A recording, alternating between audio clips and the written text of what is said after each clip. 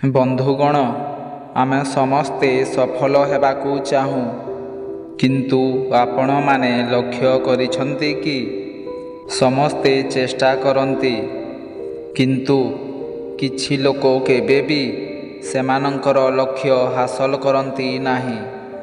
ବୌଦ୍ଧ ଦର୍ଶନରେ ଏକ ବହୁତ ଗଭୀର କଥା କୁହାଯାଇଛି। ଦୁଇ ପ୍ରକାରର ଲୋକ ଜୀବନରେ କେବେ ସଫଳ ହୁଅନ୍ତି ନାହିଁ।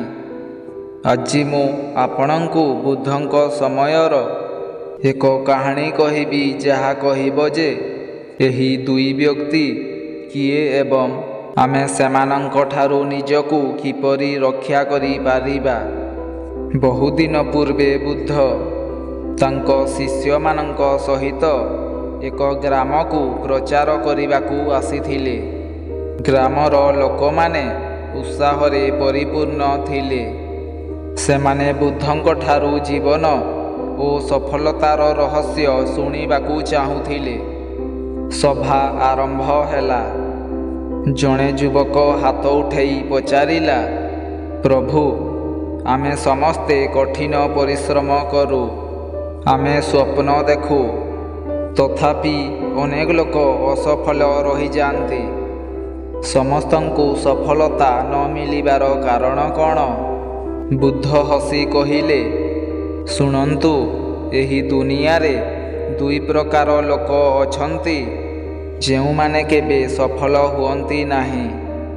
ସଭାରେ ନୀରବତା ପଡ଼ିଗଲା। ସମସ୍ତଙ୍କର ନଜର ବୁଦ୍ଧଙ୍କ ଉପରେ ସ୍ଥିର ହୋଇଗଲା। ବୁଦ୍ଧ କହିଲେ, ପ୍ରଥମ ହେଉଛି ସେହି ବ୍ୟକ୍ତି ଯିଏ କାମ ଆରମ୍ଭ କରେ ନାହିଁ। ଦ୍ୱିତୀୟ ହେଉଛି ସେହି ବ୍ୟକ୍ତି ଯିଏ କାମ ଆରମ୍ଭ କରେ କିନ୍ତୁ ମଝିରେ ଛାଡ଼ିଦିଏ। ବୁଦ୍ଧ ଏକ ଉଦାହରଣ ଦେଇଥିଲେ। ଧରନ୍ତୁ, ଜଣେ ଚାଷୀ ଅଛି, ତା ପାଖରେ ଜମି ଅଛି, ବିହଣ ଅଛି, ପାଣି ଅଛି, କିନ୍ତୁ ସେ ଭାବୁଛି ଯେ ଏବେ ପାଗ ଠିକ୍ ନାହିଁ, ମୁଁ ପରେ ବୁଣିବି। ସେ କେବଳ ଯୋଜନା କରେ, ଭାବେ, କିନ୍ତୁ କାମ ଆରମ୍ଭ କରେ ନାହିଁ। ଏପରି ଚାଷୀ କେବେ ଫସଲ କାଟିପାରେ ନାହିଁ। ସଭାରେ ବସିଥିବା ଜଣେ ଚାଷୀ ବୃଦ୍ଧ ବ୍ୟକ୍ତି କହିଲେ, ଭାଗବତ, ଏହା ସତ୍ୟ। ଅନେକ ଲୋକ ଏହା ବିଷୟରେ ଚିନ୍ତା କରି ଜୀବନ ବିତାଇ ଦିଅନ୍ତି। ବୁଦ୍ଧ ସହମତିରେ ମୁଣ୍ଡ ହଲେଇ ମେଣ୍ଟ କରନ୍ତି। ହଁ, ସେମାନେ ଅସଫଳ ରୁହନ୍ତି କାରଣ ସେମାନେ ପ୍ରଥମ ପଦକ୍ଷେପ ମଧ୍ୟ ନିଅନ୍ତି ନାହିଁ। ମନେ ରଖନ୍ତୁ, 1000 ମାଇଲର ଯାତ୍ରା ମଧ୍ୟ ପ୍ରଥମ ପଦକ୍ଷେପ ସହିତ ଆରମ୍ଭ ହୁଏ। ଦ୍ୱିତୀୟ ବ୍ୟକ୍ତି ହେଉଛି ଯିଏ ଏହାକୁ ମଝିରେ ଛାଡ଼ିଦିଏ। ବୁଦ୍ଧ ଆହୁରି କହିଥିଲେ ଯେ ତୃତୀୟ ପ୍ରକାରର ବ୍ୟକ୍ତି ଆରମ୍ଭ କରନ୍ତି, କିନ୍ତୁ ଟିକିଏ କଷ୍ଟ ଆସିଲେ ବନ୍ଦ ହୋଇଯାନ୍ତି। ଯେପରି ଜଣେ ଛାତ୍ର ପାଠପଢ଼ା ଆରମ୍ଭ କରନ୍ତି, କିନ୍ତୁ ଆଲସ୍ୟ, ଭୟ କିମ୍ବା ବାହାନା ଯୋଗୁଁ ଏହାକୁ ମଝିରେ ଛାଡ଼ି ଦିଅନ୍ତି। ଏପରି ବ୍ୟକ୍ତି କେବେ ବି ତାଙ୍କ ଲକ୍ଷ୍ୟରେ ପହଞ୍ଚି ନ ପାରନ୍ତି। ସେ ଆଉ ଏକ ଉଦାହରଣ ଦେଲେ। ଧରନ୍ତୁ, ଜଣେ ନାବିକ ନଦୀ ପାର ହେବା ପାଇଁ ଡଙ୍ଗା ଚଲାଇବା ଆରମ୍ଭ କରେ। ସେ ଅଧା ଯାତ୍ରା ଅତିକ୍ରମ କରିଛି, କିନ୍ତୁ ଥକାପଣ ଯୋଗୁଁ ବସିପଡ଼େ ଏବଂ ଡଙ୍ଗାକୁ ଡକ କରେ ନାହିଁ। ସେ ନା ଏଠାରେ ଅଛି ନା ସେଠାରେ। ସଭାରେ ବସିଥିବା ଲୋକମାନେ ଚିନ୍ତା କରିବାକୁ ଲାଗିଲେ।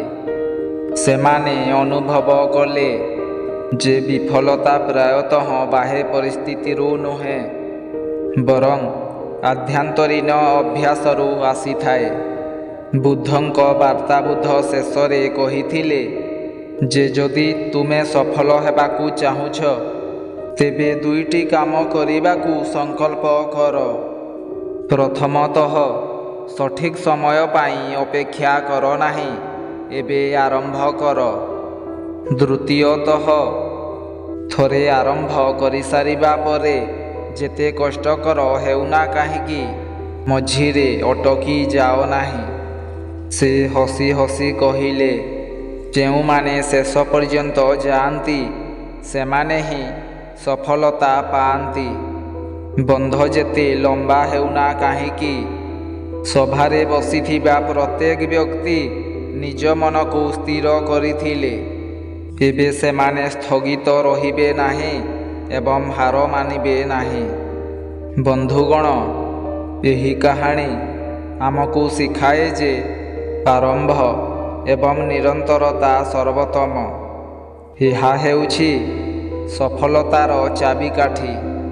ଭାବନ୍ତୁ ଯେ ଆପଣ ମଧ୍ୟ ସେହି ଦୁଇ ଜଣଙ୍କ ମଧ୍ୟରୁ ଜଣେ କିଏ? ଯଦି ହଁ, ତେବେ ଆଜି ପ୍ରଥମ ପଦକ୍ଷେପ ନିଅନ୍ତୁ ଏବଂ ଆପଣଙ୍କ ଗନ୍ତବ୍ୟସ୍ଥଳରେ ପହଞ୍ଚିବା ପର୍ଯ୍ୟନ୍ତ ଆଗକୁ ବଢ଼ାନ୍ତୁ।